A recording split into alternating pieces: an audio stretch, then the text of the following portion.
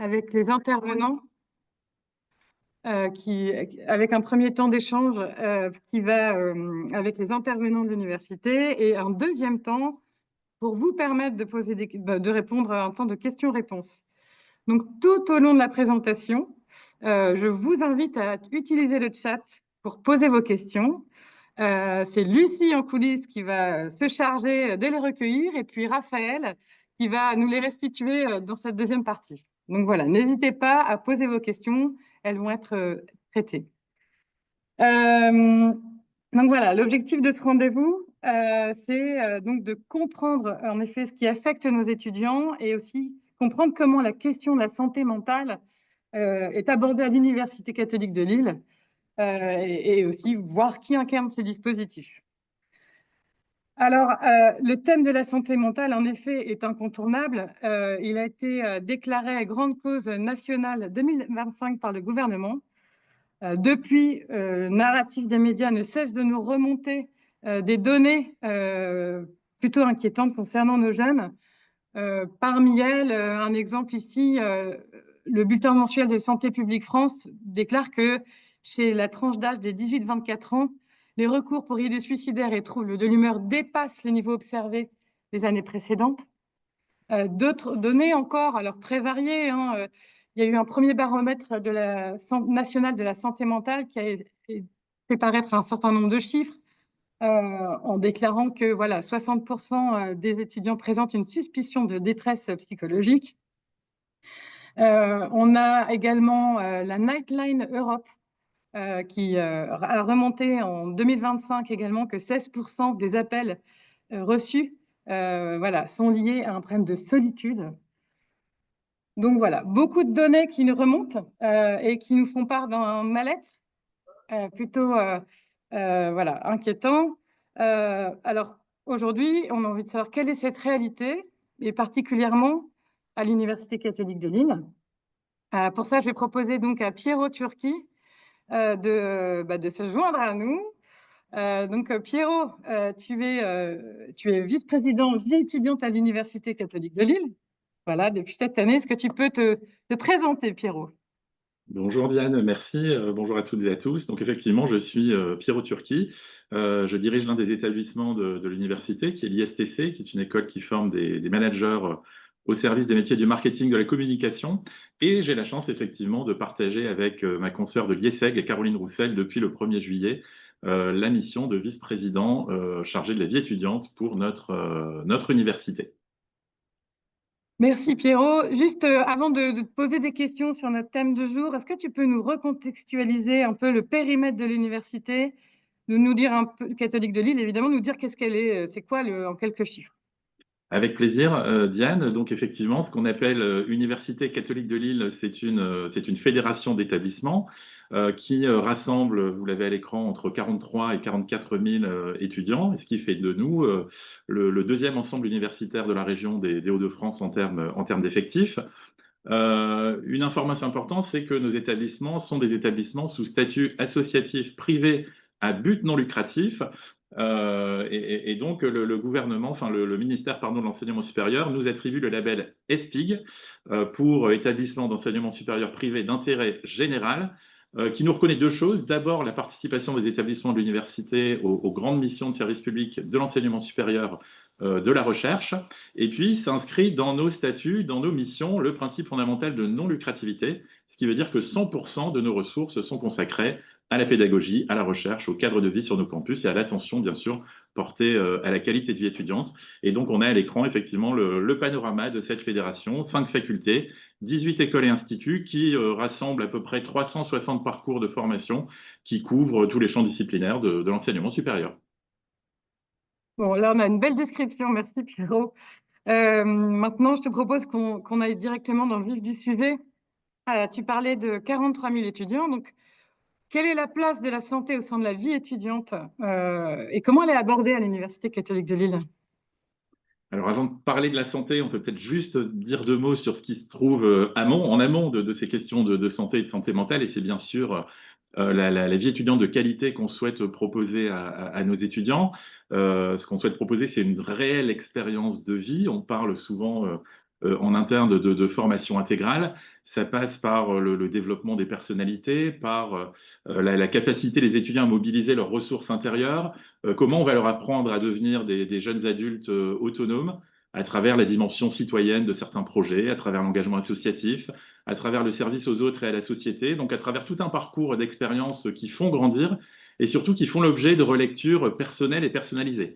Qu'est-ce que j'ai appris dans le cadre de ce projet? Quelles compétences j'ai développées, bien sûr, hein, on a une université, mais aussi qu'est-ce que ça m'a appris sur moi-même? Comment je me situe dans le monde qui m'entoure et dans mon environnement?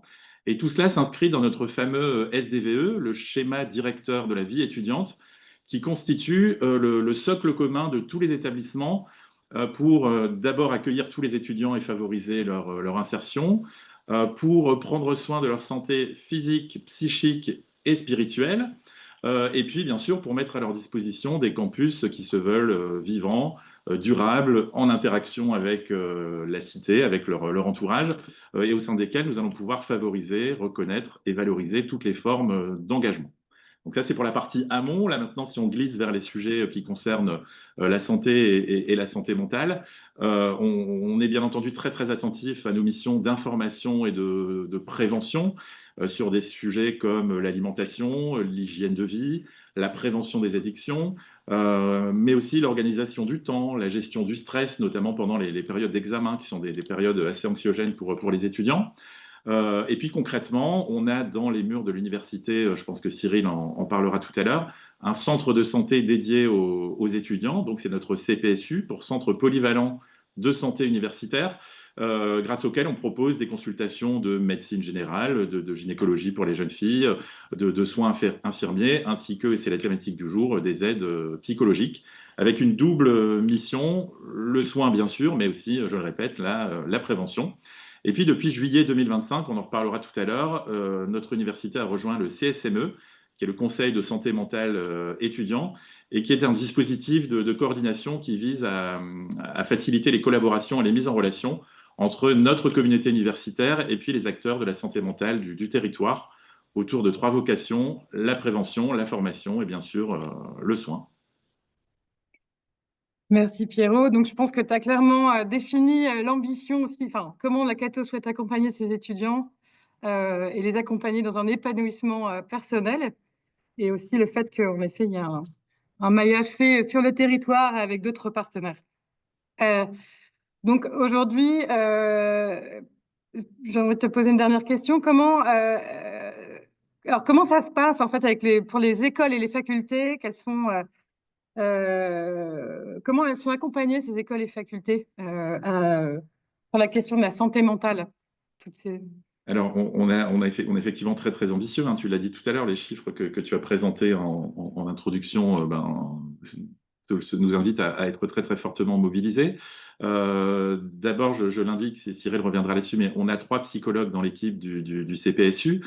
Et donc, notre enjeu, c'est de faire en sorte qu'elles aient le moins de travail possible, ou alors de les mettre dans de bonnes conditions pour travailler. Ça passe par le fait notamment de repérer dans nos établissements le plus tôt possible et le plus en amont possible des situations sociales difficiles, des comportements à risque, en fait tout ce qui va nous permettre d'anticiper et d'accompagner au mieux nos étudiants face aux difficultés qu'ils peuvent rencontrer. On est animé aussi par une volonté de renforcer l'accompagnement psychologique sur l'ensemble de nos campus, avec idéalement, et là c'est un fort enjeu de développement, un personnel bilingue à minima qui soit capable de répondre aux sollicitations en français et en anglais. On a beaucoup d'étudiants internationaux sur nos campus. Un enjeu, j'insiste encore là-dessus, c'est important de renforcer la sensibilisation aux questions de santé en général, parce que si on prend soin de sa santé, par extension, on va prendre soin de sa santé mentale. Et donc, je le répète, hein, c'est très important, l'alimentation, la nutrition, des conseils et règles d'hygiène de vie en tant qu'étudiant. Le sommeil est très, très important. L'organisation du temps, la mise en garde quant à l'usage de substances qui peuvent être addictives. Favoriser le développement de la santé mentale positive, ça c'est très important à travers des dispositifs comme le sport, comme la culture. Cyril parlera tout à l'heure de lieux de rencontre qui sont là pour lutter contre l'isolement. Et puis également une volonté de développer nos solutions d'écoute. On utilise on utilise notamment Nightline, tu en as parlé tout à l'heure. Certains de nos établissements mettent à disposition de leurs étudiants des applications comme TIL, qui est une application qui va voilà, accompagner l'étudiant au quotidien et lui donner tout un ensemble de best practices sur comment prendre soin de sa santé mentale. Et puis, je le répète également, des solutions, on recherche des solutions pour accompagner au mieux nos étudiants internationaux. Merci Pierrot. Puis si je crois, si je pense bien aussi que les équipes qui encadrent sont sensibilisées, formées. Il y a des référents, je pense, qui sont, c'est ça, hein, euh, qui sont dans chaque établissement et chaque école. Bah, Effectivement, c'est très important. Et donc, comme je le disais tout à l'heure, depuis l'été dernier, on a la chance de pouvoir compter sur le soutien et l'accompagnement d'un nouveau partenaire, qui est le Conseil de santé mentale de l'agglomération lilloise, qui a été confondé en amont il y a quelques années par nos confrères de l'Université de Lille, par l'ARS, par le Crous. Et donc, dans ce cadre, eh bien, des formations à la santé mentale sont proposées à tous les membres de notre commission vie étudiante. Donc, en gros, c'est une commission qui rassemble l'intégralité des responsables vie étudiante de nos établissements. Donc, on va pouvoir former les membres de cette commission, mais on va aussi, grâce au CSME, pouvoir former nos enseignants et puis tous les personnels qui le souhaitent et qui travaillent en lien avec des étudiants. Et puis, il y a aussi un enjeu pour nous de renforcer la coordination entre le CPSU et les jobs étudiants qu'on a sur nos campus, donc ce qu'on appelle des étudiants relais santé, donc les fameux ERS, en partenariat avec le conseil régional.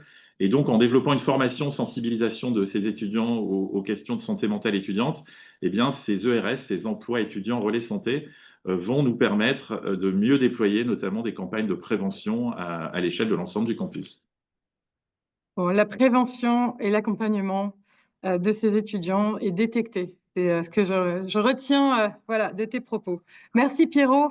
Je propose que l'on poursuive donc en effet avec Cyril Hénon que tu as finalement introduit. Et voilà, donc Cyril, toi tu es directeur des services adjoints vie étudiante, vie de campus à l'Université catholique de Lille. Je vais là aussi te laisser nous en dire un peu plus sur ta mission. Mais bonjour Diane, merci et bonjour à toutes et à tous. Et donc oui, depuis maintenant la rentrée universitaire, j'ai cette mission complémentaire à celle de la direction générale de Hall, d'être le directeur général des services adjoints à la vie étudiante et à la vie de campus pour l'Université catholique de Lille. C'est ce qui permet effectivement d'englober, on va dire, la large partie de l'accompagnement sur les campus, de services, mais également donc de tout dispositif d'accompagnement à la vie étudiante sur l'ensemble du campus et à destination de l'ensemble des étudiants de la fédération que Pierrot a présenté tout à l'heure. Voilà, donc. Ben, merci. Et alors, Cyril, est-ce que tu peux nous présenter les services associés à la vie étudiante et en général, et plus particulièrement ceux associés à la vie, à la santé? Alors, chaque établissement va avoir son lot de services en fait dédiés aux étudiants. Chacun va mettre en œuvre un certain nombre voilà, de services de vie de campus en général. Mais on va avoir en fait des dispositifs qui vont être mutualisés. C'est la force aussi de la fédération, c'est que la fédération s'est associée avec l'ensemble des établissements pour pouvoir voilà, s'appuyer sur une association donc, qui s'appelle Hall et qui travaille à déployer en fait un certain nombre de, de services qui vont répondre un peu aux besoins primaires, hein, avoir un toit, donc avec l'accompagnement sur justement le fait de trouver un logement, même s'il y a encore des efforts à faire, puisque le logement est en tension sur la métropole lilloise et cette problématique n'échappe pas en fait à l'Université catholique de Lille et à ses étudiants. On a aussi le fait de pouvoir manger à sa faim et pour un budget le plus faible possible. Donc pour ça, on a développé un partenariat fort avec le Crous de Lille qui nous accompagne et qui nous permet de déployer une restauration sociale à l'échelle de l'ensemble de nos campus. Donc c'est pas effectivement un seul restaurant universitaire centralisé à un endroit.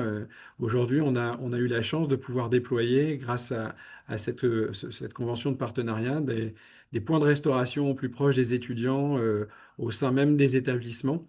Pour information, aujourd'hui, sur cette rentrée universitaire, c'est quelques 7500 repas jour qui sont déployés sur l'ensemble de nos campus, ce qui est quand même une bonne chose. Et je tiens à préciser également que le dispositif du repas à 1 € pour les étudiants boursiers est également donc applicable sur nos campus. Euh, donc avoir un toit, manger à sa faim et également pouvoir prendre soin de sa santé. Ça passe aussi par la pratique d'une activité physique et sportive.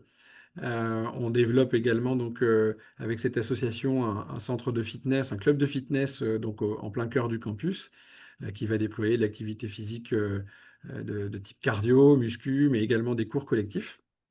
Donc ça, c'est extrêmement important. Et puis, on essaye d'accompagner au mieux les associations étudiantes, associations sportives, pour qu'elles puissent trouver des points de chute et déployer l'activité sportive qui convient, en fait, finalement, donc, à la communauté étudiante de chacun des établissements.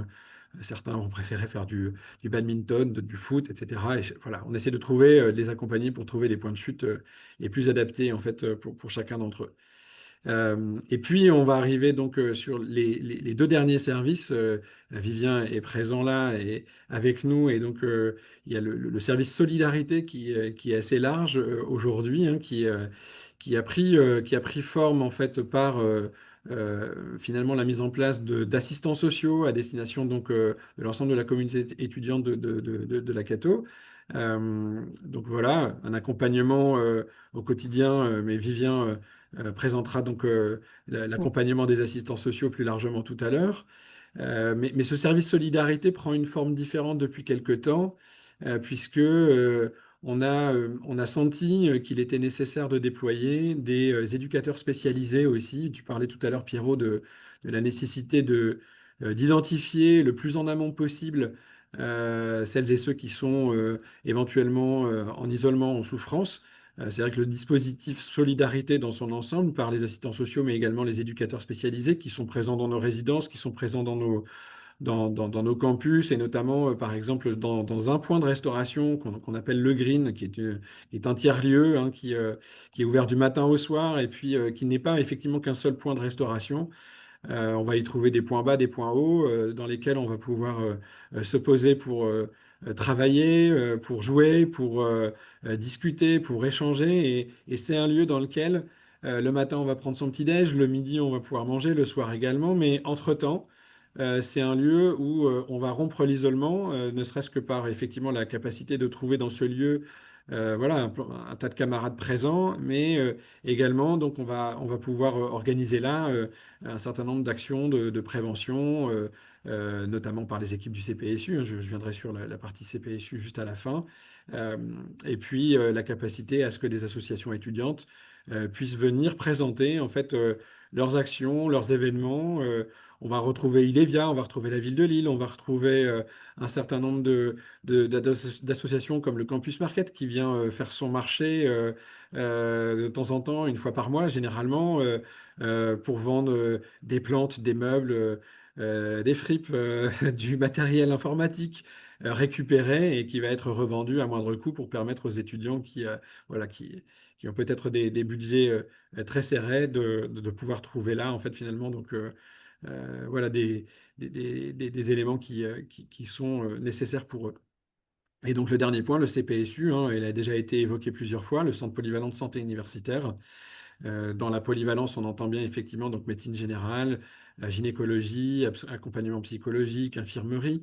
Euh, c'est c'est euh, c'est une pépite du bien commun de l'Université catholique de Lille. C'est extrêmement essentiel d'avoir aujourd'hui ce CPSU en fait au cœur du campus avec la capacité, et on essaie de faire en sorte justement que ce CPSU se déploie sur les campus en fait finalement qui sont un peu plus éloignés. On a l'EDEC à Croix, on a Pictura qui se trouve également à Roubaix, on a ici les Moulineaux pour la Cato. Donc voilà, c'est aussi un des challenges, c'est de déployer en fait finalement au plus proche de nos étudiants et sur tous les campus de l'Université catholique cet accompagnement en action sociale, en santé également, et notamment donc la santé psychologique avec alors aujourd'hui trois psychologues, mais trois psychologues qui sont aujourd'hui full-time en fait finalement sur le sujet de l'accompagnement en santé mentale de nos étudiants.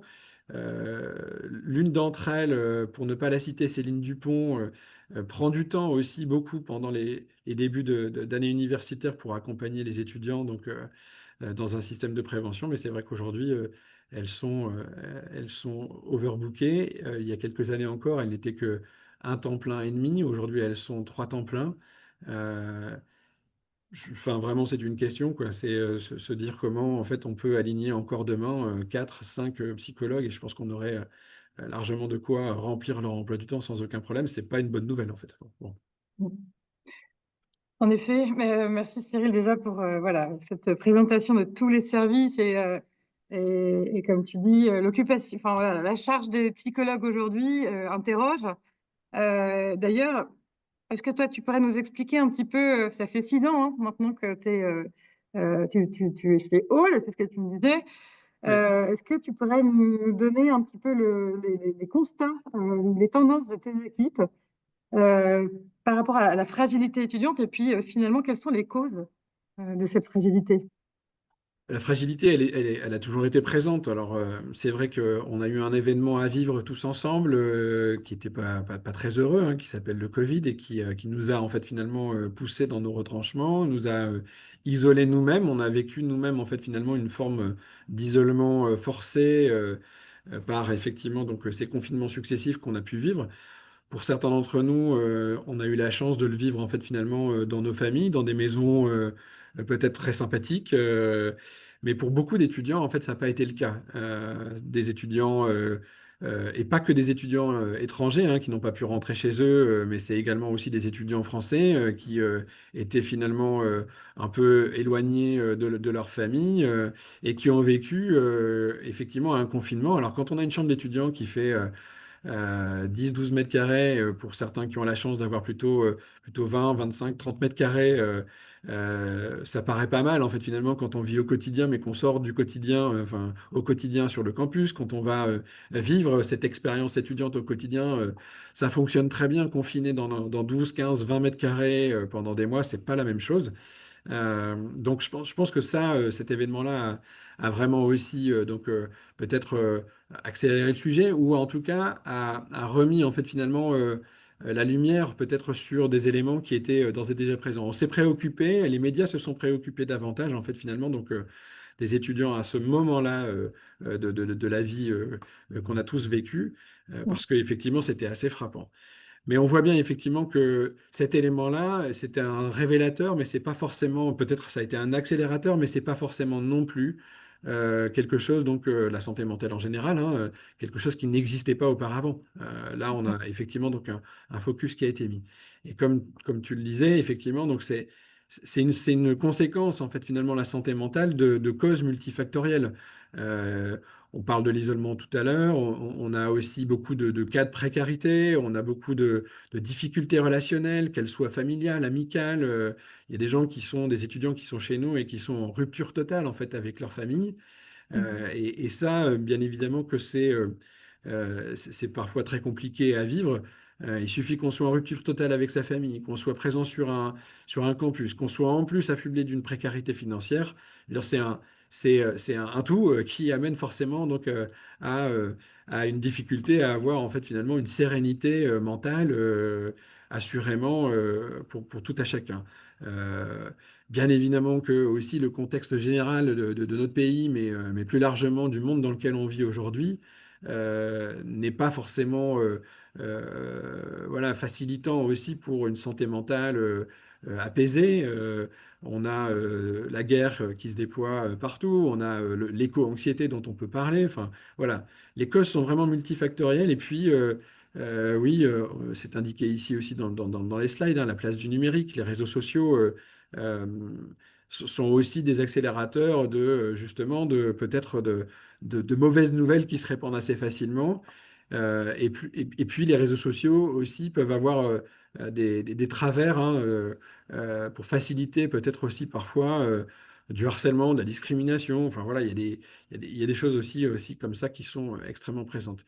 Et dernier point, bien évidemment aussi, la santé mentale, elle est aussi parfois liée à des causes intrinsèques, des pathologies en fait qui étaient méconnues jusqu'alors, oui, qui n'étaient pas forcément déclarées lors des débuts des campus. Et c'est vrai que parfois nos assistants sociaux, nos psychologues, voire justement nos éducateurs spécialisés sont amenés à rencontrer des étudiants parce que un responsable pédagogique fait appel à nous et nous dit ben voilà, on a un problème, on a du mal en fait à communiquer avec cet étudiant, il n'est pas forcément très présent en cours, il a des difficultés relationnelles semble-t-il, il a l'air plutôt isolé. Est-ce que vous pourriez le rencontrer?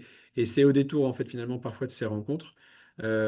Sans qu'elles soient en fait dans un premier temps sur un axe en fait finalement de la santé en tant que telle, mais plutôt dans un axe plutôt relationnel dans un premier temps, avec des personnes formées pour, que l'on va en fait détecter un certain nombre de choses, puis on va pouvoir les accompagner dans un parcours en fait finalement voilà, euh, Du son. de soins pour peut-être voilà, révéler un certain nombre de choses.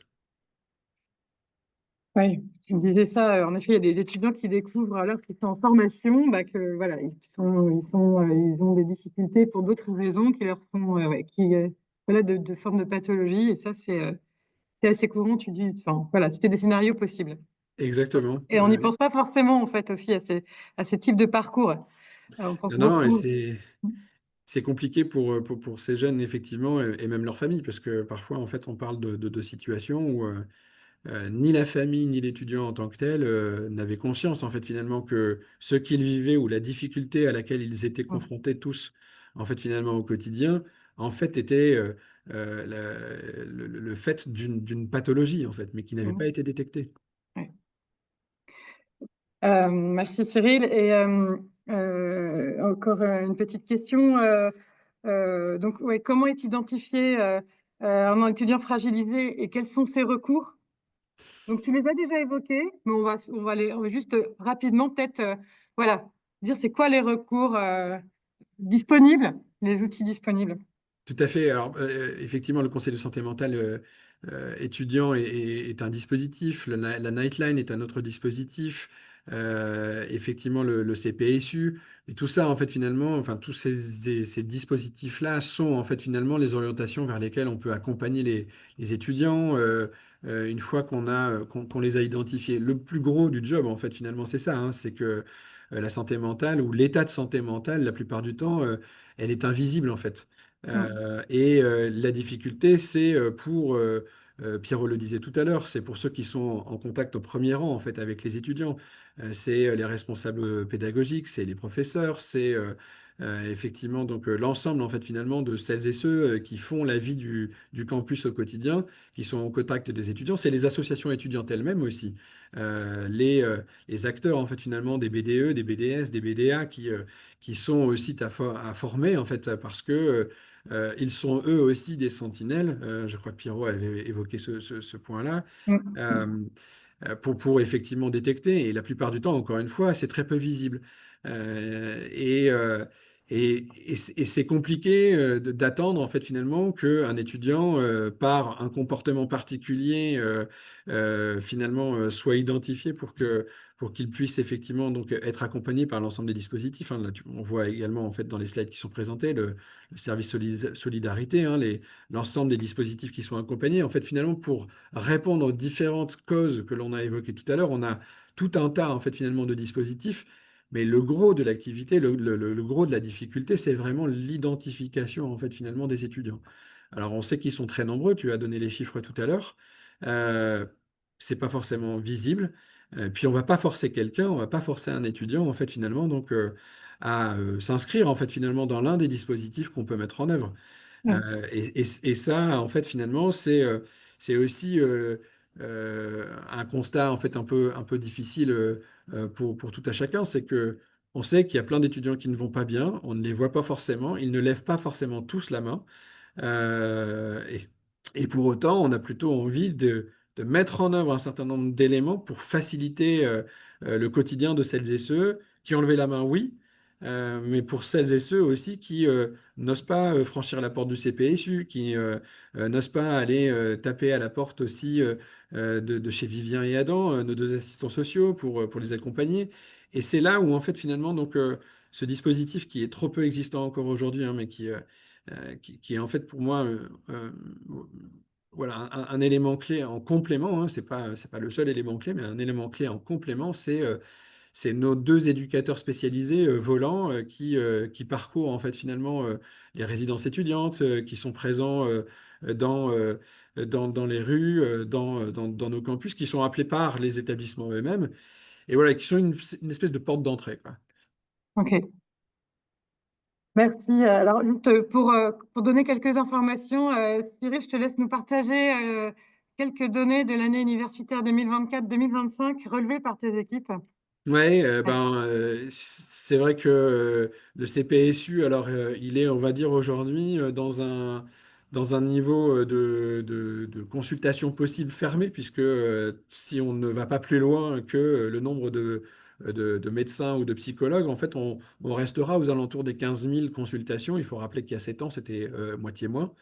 On était peut-être un peu moins aussi au niveau des étudiants, on était aussi peut-être un peu moins au niveau des pratiquants, mais on a une équipe aujourd'hui qui est aussi usée, hein, clairement par effectivement la tendance forte de la consultation, en fait, finalement, donc, au quotidien. Les assistants sociaux aussi battent des records. Alors, c'est pas non plus une bonne nouvelle.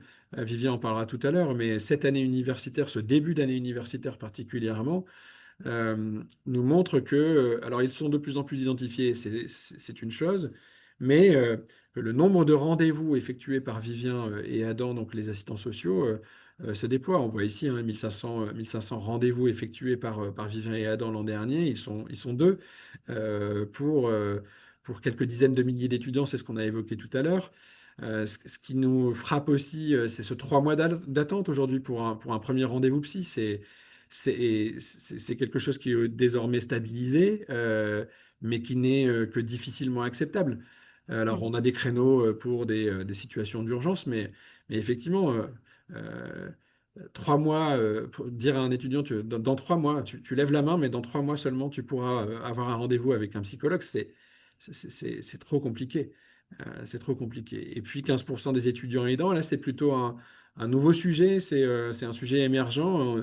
Voilà, dans les échanges qu'on a menés avec la Fondation, avec des partenaires, on a eu aussi en fait à se poser la question. Quid de l'aidance en fait finalement des étudiants? Est-ce que dans l'ensemble de notre communauté estudiantine, on a peut-être des étudiants qui sont, sans le savoir, dans une situation d'aidance vis-à-vis de leurs parents, vis-à-vis de leurs grands-parents, vis-à-vis de leurs frères et sœurs. Et en fait, au travers d'un questionnaire, on a eu un peu la stupéfaction d'avoir effectivement un certain nombre d'étudiants. Là, tu l'inscris ici dans ce slide, 15% d'étudiants aidants. C'est assez frappant. Et la plupart du temps, c'est des étudiants qui ne savaient pas eux-mêmes qu'ils étaient en fait finalement en situation d'aidance. Euh, et ça C'est rend une- davantage difficile leur parcours étudiant. Oui, et c'est à l'image de la donnée nationale, il me semble. Mhm. Merci Cyril pour toute cette précision. Avant de poursuivre, surtout, je vous invite à utiliser le chat pour poser vos questions. N'hésitez pas, hein, ceux qui nous écoutent. Cette fois-ci, je vais proposer donc en effet, voilà. D'habitude, on a pour habitude en effet de les faire témoigner des étudiants. On aime faire ça à la Fondation. Ceci dit, là, compte tenu du sujet sensible, on a quand même préféré faire témoigner les personnes, tout du moins la personne qui est en contact au quotidien euh, avec ces étudiants fragilisés. Donc, c'est Vivien Dallène. Bonjour Vivien, merci d'être là. Vivien, tu es assistant social au service solidarité de l'Université catholique de Lille. Voilà, est-ce que tu peux nous dire quelques mots sur ta mission, Vivien? Tout à fait. Alors, l'idée, c'est pas de répéter hein, les chiffres qui ont été donnés en amont, mais c'est bien de définir ce que l'assistance sociale peut faire au sein de l'Université catholique de Lille et également vous présenter un peu des profils types d'étudiants que l'on peut accompagner et pourquoi pas casser un petit peu les idées reçues, puisqu'on entend souvent, bah, tiens, étudiant à la Cato, comment ça se fait qu'il puisse être en difficulté? Il faut savoir que nous, dans notre quotidien, on fait des accompagnements individuels. Donc, les étudiants sont amenés à prendre rendez-vous avec nous via simplement le mail. C'est important aussi de souligner le fléchage de comment les étudiants arrivent à nous, puisque passer notre porte, Thierry l'a dit tout à l'heure, c'est pas simple. L'association, même si on a des éducateurs spécialisés qui vont ramener les étudiants vers nous, il y a aussi, je pense, au-delà de ça, tous les membres de l'association qui ont cette sensibilité et qui connaissent nos services. Pour rappel, j'ai eu un prof de sport qui m'a appelé la semaine dernière, puis un membre de la restauration qui, eux, repèrent des signaux. Hein. Je voyais une question sur les signaux. Il y en a qui sont plus basiques, c'est simplement des étudiants qui pleurent ou des étudiants qui vont pas bien, qui ne mangent pas ou qui ont des soucis au niveau des paiements. Donc ça, c'est vraiment les premiers repérages les plus simples. Nous, dans notre bureau, en tout cas, il faut savoir que sur les 23 000 étudiants sur site, parce qu'on est sur 43 000 étudiants au total sur la Catone, on a 23 000 estimés, il me semble, sur la métropole lilloise. On est à 1500 rendez-vous l'an dernier, et comme Thierry le disait, sur les 3 premiers mois, on est déjà à 500 rendez-vous, donc on est encore une fois en train d'augmenter considérablement la masse des rendez-vous que l'on a. Faut savoir également qu'on rencontre à quasiment même proportion des étudiants internationaux, des étudiants boursiers, des étudiants non boursiers. Qu'est-ce que forcément pour nous, il est important donc, Pierrot Turki soulignait tout à l'heure, d'avoir cette possibilité de parler en anglais, puisque aujourd'hui, avec la vocation en plus de l'université de se tourner vers les internationaux, il faut forcément adapter nos pratiques. Pour les étudiants internationaux, je pense que vous le savez tous essentiellement, les droits en termes de bourse du Crous sont très limités et donc tout changement de situation dans la famille, donc on parle d'étudiants dont la famille sont dans d'autres pays et bien souvent hors Union européenne, tout changement donc géopolitique, on peut parler de guerre effectivement, on peut parler de mouvements politiques dans un gouvernement, donc on a des étudiants dont les parents perdent parfois leur emploi, parfois malheureusement perdent la vie, donc là nous, on doit avoir un pouvoir d'intervention pour eux, tant sur le point de vue financier, pour s'assurer qu'il y ait une continuité, tant sur l'écoute. On est vraiment aussi dans cette question de se dire, bah, dans une société où tout va vite, on est le service qui prend le temps. Ça c'est vraiment notre vocation. La santé mentale, ça passe aussi par là, c'est savoir prendre le temps d'écouter les uns les autres. Les étudiants boursiers, hein, sachez qu'ils sont de plus en plus nombreux dans l'Université catholique de Lille, donc c'est un signal positif en termes d'ouverture.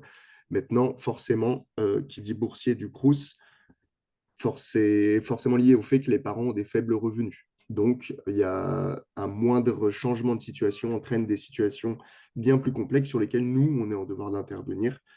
C'est en tout cas le fondement de l'association au sens large. On a les outils que sont le Crous, c'est-à-dire qu'on est partenaire privilégié avec le Crous. On a tous les outils pour modifier les accès aux bourses et réévaluer en temps réel.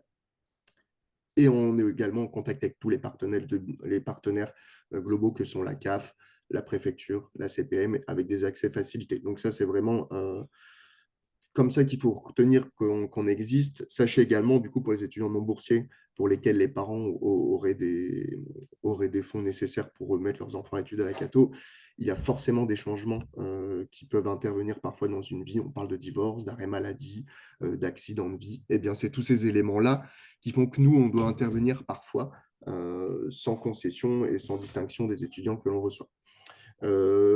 Voilà un peu le panel de notre champ d'intervention. Je ressouligne, hein, Cyril le disait tout à l'heure, effectivement, il y a pour moi des explications aussi tacites, c'est que l'inflation a été évoquée il y a 2 ans sur une inflation sur les budgets, sur les tarifs, sur les budgets alimentaires et autres. Les étudiants sont considérés comme un public précaire. L'État a mis des mesures, en tout cas, pour que l'inflation soit suivie sur les aides au niveau de la bourse, mais bien sûr, ce n'est pas suffisant. Aujourd'hui, l'inflation est installée et donc forcément vient fragiliser les budgets étudiants. Ça, faut vraiment se le souligner de nouveau. Un budget qu'on établissait il y a 3 ans n'est plus du tout le même aujourd'hui.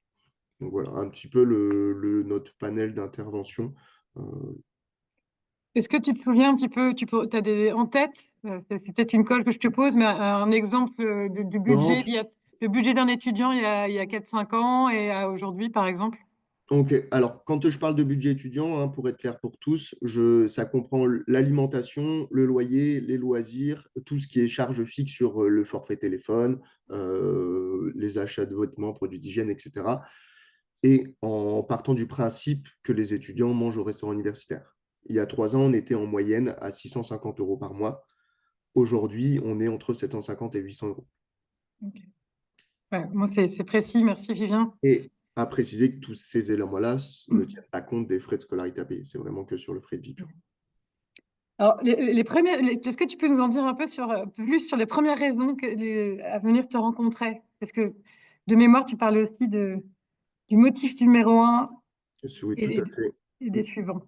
Sans surprise, le motif numéro un, c'est les problématiques financières, c'est-à-dire que les étudiants nous sollicitent puisqu'ils ont des difficultés financières. Maintenant, c'est notre travail ça, c'est la problématique numéro une, mais forcément, derrière problématique financière, nécessairement, il y a forcément des explications autres.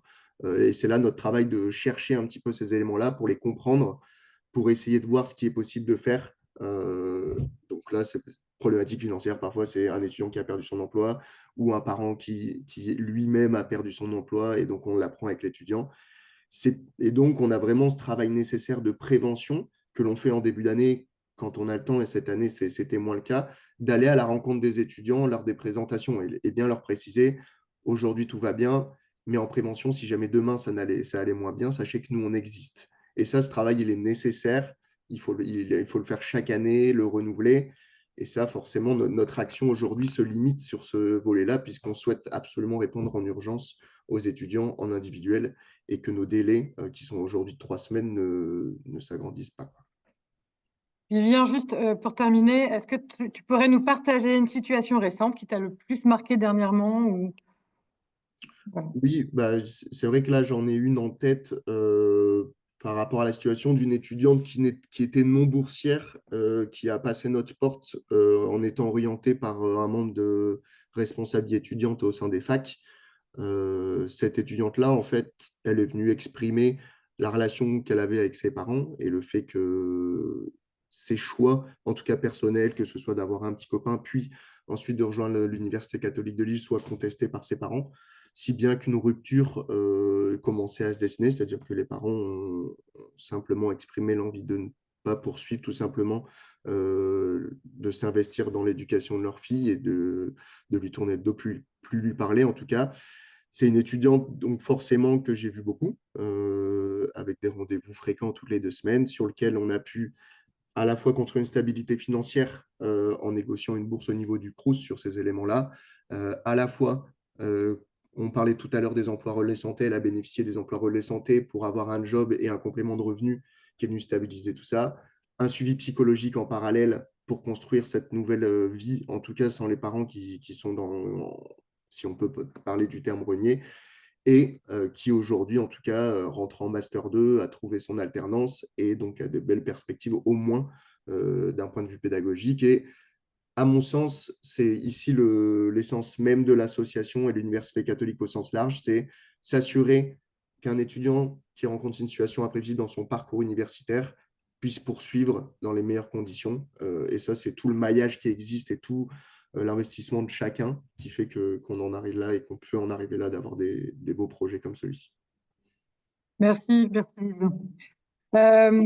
Juste pour recouper avec ce qui était abordé en amont par Pierrot, et à propos de l'ambition de la Cato, celle-ci s'est appuyée sur 3 recommandations faites par l'instance régionale d'éducation et de promotion de la santé, voilà, qui avaient été des recommandations publiées en juin 2024. La Cato s'est appuyée dessus, notamment sur ces 3 grandes recommandations, à savoir créer un environnement favorable à une santé mentale positive, développer les connaissances et les compétences en matière de santé mentale chez les membres de la communauté étudiante et du personnel, et puis renforcer l'accès aux soins.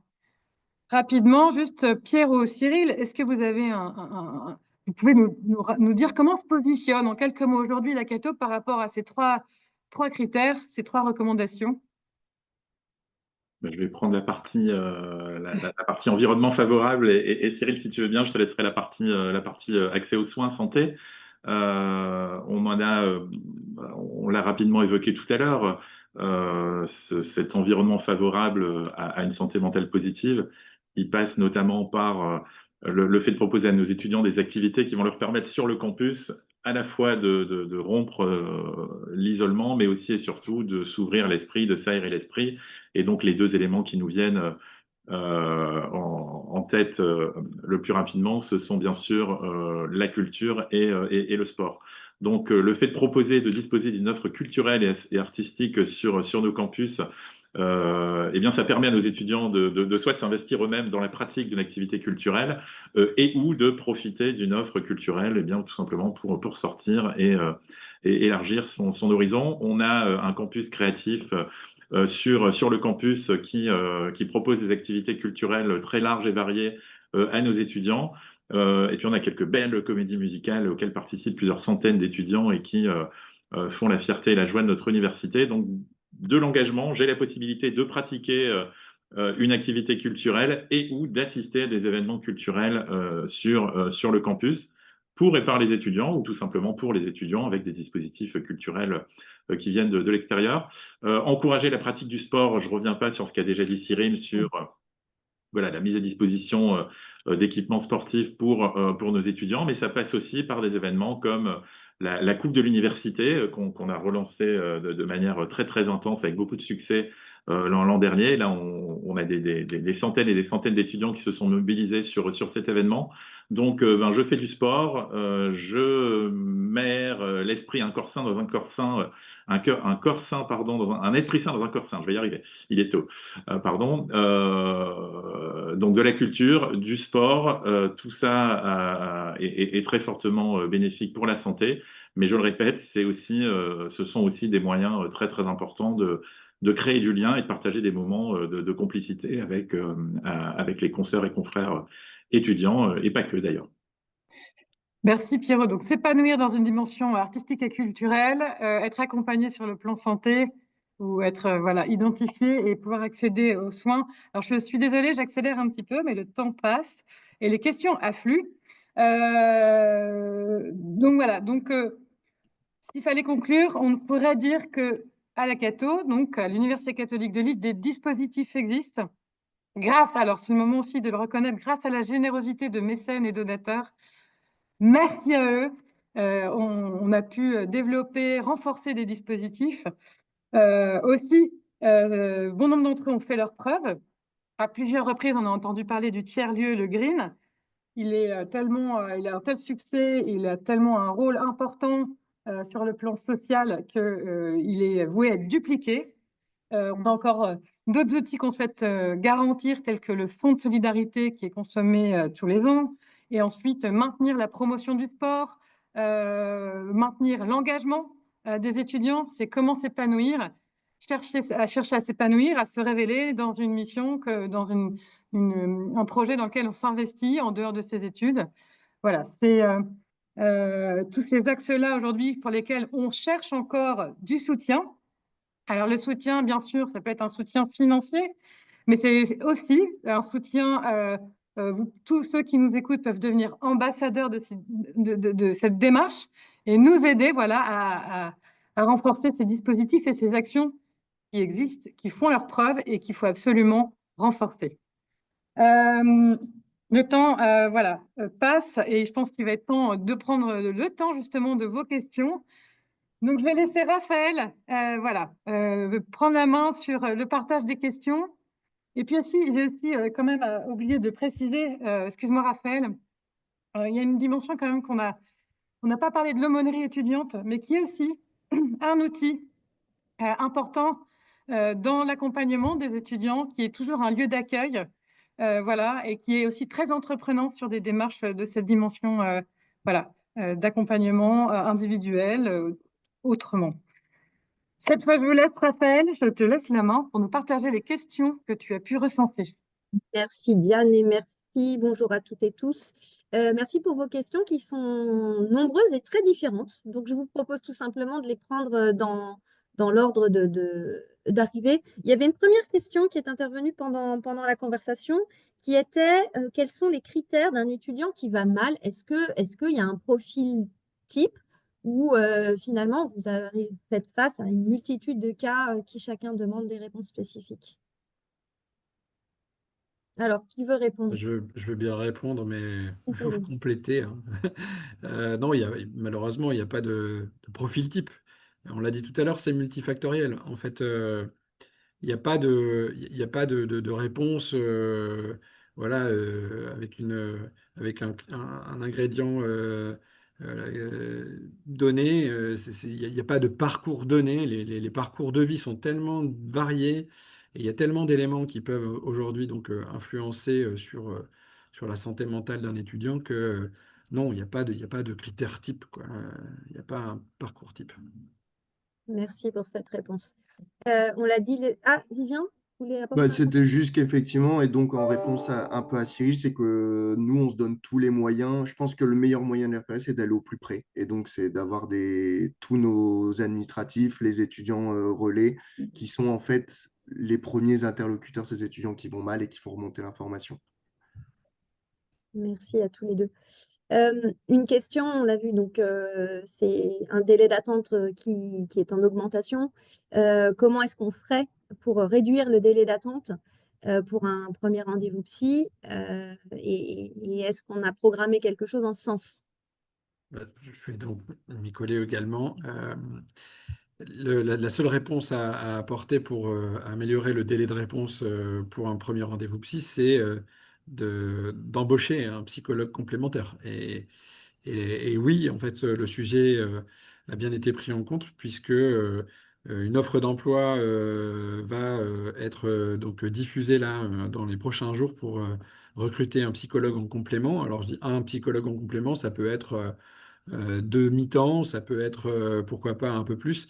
La difficulté pour nous, en fait, c'est que le centre de santé, le CPSU, sa particularité, c'est que quel que soit en fait finalement le rendez-vous qui est mené, la consultation qui est menée dans ce CPSU, alors c'est une force pour les étudiants, c'est que c'est le coût d'une consultation en médecine générale, donc y compris pour en fait un rendez-vous avec un psychologue, c'est le même prix dans les 30 euros, Euh, donc c'est chouette, c'est remboursé, etc. Donc c'est vraiment très bien. Mais un psychologue euh, va effectivement accueillir par jour 5, 6 étudiants grand maximum, vraiment très très grand maximum. Et donc on a un déséquilibre financier qui se crée. Et donc le modèle économique du CPSU, il est ténu quand même par rapport à ce point-là. Merci pour ta réponse. Alors, il y a une question très technique et très rapide. Est-ce que vous pouvez expliquer ce qu'est la Nightline? Oui, alors la Nightline, la Nightline, c'est une association donc à laquelle nous participons, hein. On propose une subvention, ça vient du Canada à la base.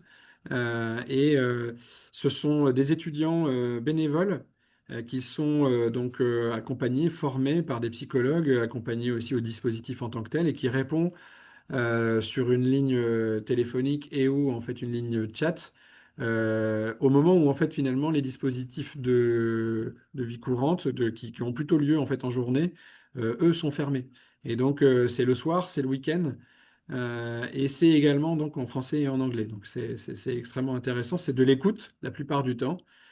Seuls quelques cas peuvent amener, effectivement, quand il y a vraiment une question concrète sur un territoire donné, avec un besoin d'être réorienté vers un dispositif défini et connu, c'est les seuls moments où on sera sur de l'orientation, mais c'est vraiment en fait un dispositif d'écoute pour accompagner effectivement les étudiants à pouvoir livrer en fait finalement une parole qu'ils ont envie de donner, quoi. Encore une petite question, Raphaël. Alors, il faut que je choisisse. Je suis désolée pour ceux à qui on ne pourra pas donner de réponse, mais on garde vos questions et on y répondra. Euh, donc, je vais prendre la suivante.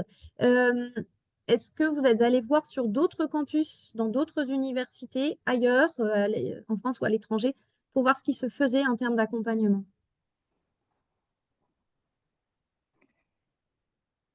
Ah, Ah, moi, je peux répondre pour ma partie. Alors, nous, peut-être pas à l'international ou en dehors du secteur. Après, l'organisme auquel on peut le plus se comparer, c'est le Crous en termes de mission globale. Et Cyril, il prendra peut-être la suite par rapport à ça. Euh, Moi, ce que je peux vous dire, c'est que c'est assez novateur, en fait, ce qui se passe ici au sein de la Cato, des résidences, des étudiants en résidence, du nombre d'assistants sociaux par rapport au nombre d'étudiants que l'on rencontre. Et en plus de ça, je ne vais pas vous cacher qu'on a vraiment aujourd'hui les moyens d'agir. En tout cas, les moyens qui sont donnés par le Fonds de solidarité sont puissants pour sortir des étudiants de situations complexes. Et à ce jour, je n'ai pas retrouvé ce modèle ailleurs, en tout cas. Et je pense que c'est aussi là la force, c'est de pérenniser ce système qui fonctionne et du coup le démultiplier au même titre qu'avec les psychologues, hein, puisque c'est un système qui fonctionne et du coup qui est sollicité de la même manière. Je peux peut-être compléter, Raphaël, en précisant Merci. que voilà, notre université, nos facultés et nos écoles s'inscrivent aussi dans des réseaux de l'enseignement supérieur.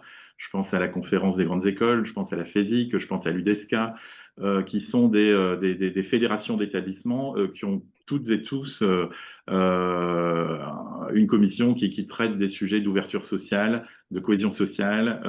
Et donc voilà, ces sujets font l'objet de réflexions partagés entre confrères de l'enseignement supérieur et de la recherche. Donc ces réseaux peuvent être nationaux et ou internationaux, hein, puisque la Cato est aussi membre de fédérations internationales.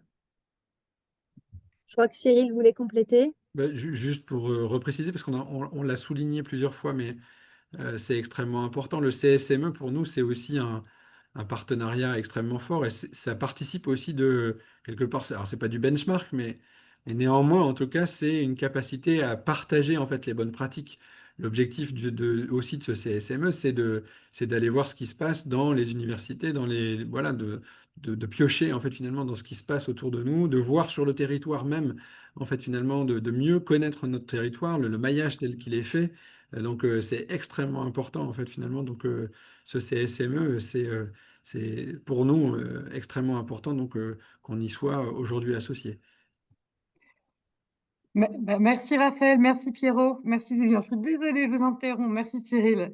Malheureusement, on n'a pas pu répondre à toutes vos questions. Merci Raphaël pour ce partage. En effet, le moment touche à sa fin et juste encore, j'ai vu une question passer, mais je pense que ça y répond. On n'a pas parlé de la fée d'épicerie, qui est un projet porté par les étudiants pour les étudiants, qui propose aussi de disposer de denrées à faible coût et ce qui est aussi un lieu d'accueil, voilà, un autre lieu d'accueil, mais complètement géré par la Fédé des étudiants. Donc ce moment touche, voilà, se termine. Tout d'abord, je tiens à vous remercier pour votre attention, votre écoute. Nous allons alors, évidemment revenir vers vous. Dans un premier temps, on vous enverra la présentation avec nos sources et puis on se permettra de vous recontacter individuellement, voilà, pour vous entendre sur comment vous avez reçu les messages partagés aujourd'hui et puis éventuellement répondre aux questions auxquelles on n'aurait pas répondu ce matin. En tout cas, on vous souhaite une très bonne journée et un grand merci pour votre écoute. Au revoir. Au revoir. Au revoir. Bonne journée, à bientôt.